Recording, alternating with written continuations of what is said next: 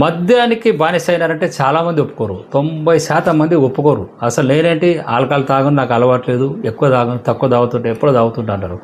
రోజు full bottle తాగే వాళ్ళు కూడా తాగను అనే అంటుంటారు.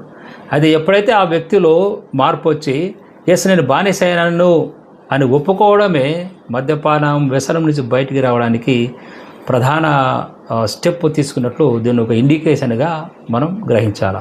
ఎందుకంటే ఆల్కహాల్ అలవాటు ఉన్న వాళ్ళు ఎవరు ఆల్కహాల్ బానిసని ఒప్పుకున్నట్లయితే వాళ్ళు మానసికంగా సిద్ధపడ్డారు. ఎస్ నాకు వ్యసనం ఉంది, ఆ వ్యసనం నుంచి బయటికి రావాలా అని ప్రిపేర్ అవుతున్నారు. ఈ స్టేజ్లో ట్రీట్మెంట్ ఇవ్వగలిగితే, సపోర్టివ్ టెక్నికల్ ట్రీట్మెంట్ ఇవ్వగలిగితే వాళ్ళను చాలా అద్భుతంగా మనం ఈ వ్యసనాల నుంచి బయటికి తీసుకురావచ్చు. అడిక్షన్లో 5 స్టేజెస్, అంటే ఈ అడిక్షన్లో 5 స్టేజెస్ ఉంటాయి. Denial, anger, depression, bargaining, acceptancy. ఈ చివరి దశకు వచ్చిన వాళ్ళే ఈ వ్యసనముకు బానిసైనాను ఒప్పుకొని బయటకు వచ్చే దశ. కాబట్టి ఈ దశలో మనం ట్రీట్మెంట్ ఇవ్వగలిగితే వాళ్ళకి చక్కగా వ్యసనాలు మానిపించుకోవచ్చు. చాలామంది ఈ దశలోకి రాని వాళ్ళు కూడా ట్రీట్మెంట్ ఇవ్వడానికి ఇష్టపడరు. అలాంటి వాళ్ళకు కూడా మనం తెలియకుండా ట్రీట్మెంట్ ఇవ్వడం వల్ల కూడా వాళ్ళని ఈ మత్తు పదార్థాల నుంచి దూరం చేసుకోవచ్చు. సో మా క్లినిక్లో కన్సల్ట్ కావచ్చు. దూర ప్రాంతంలో ఉన్న వాళ్ళైతే ఆన్లైన్లో ఫోన్ నెంబర్లో కూడా కన్సల్ట్ కావచ్చు.